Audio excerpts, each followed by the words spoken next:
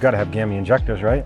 I love my GAMI injectors. Get this, before GAMI injectors, I had a 1.5 gallon per hour spread between my richest and leanest cylinders. If you looked at in my Garmin EIS at the EGTs or even CHTs, it was a mountain range of temperatures.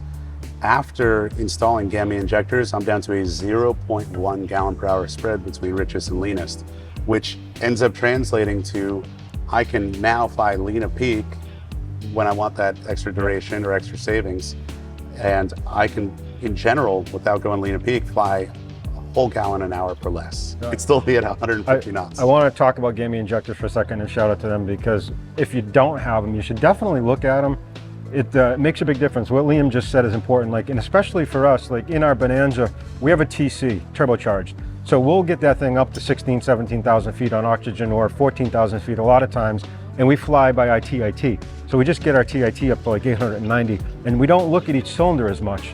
Having GAMI injectors in that scenario is even 10 times more important and better, because all we have to do is run that one number up to like 890, and we don't have to worry about overheating one cylinder or something, because the GAMI injectors got them all nice and even and stuff, so that's important. We fly with them in the extra.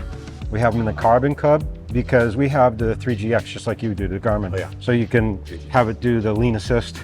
Yeah. So it's great having that and having GAMI injectors with the Lean Assist. It makes our world so much easier. So shout out to GAMI, and if you don't have GAMI injectors, make sure you guys check them out, and we'll make sure we link to them below. So what else to this engine? I want to say, again, with that Lean Assist and the GAMI injectors, we actually did Lean Assist on the way down. I was going for performance, plus I had good fuel prices earlier this week. So I flew 50 degrees rich of peak. All my cylinders were within, or all my EGTs were within about 10 degrees, which was wild. And we had 151 knots. So you were rich of peak? We were rich of peak today. Okay. 150 knots? 150 knots. Now, as I'm sure you know, when you're lean of peak, you're getting a little less power. So I lose maybe 6 knots going 50 degrees lean of peak, but I can be 8 and change gallons per hour. I can be sub 9 gallons per hour at like 144 knots. And your cylinder head temps probably came down even more because you have less fuel going into the engine, so it's not burning as high. That's where you get into that rich of peak. So you went to rich of peak?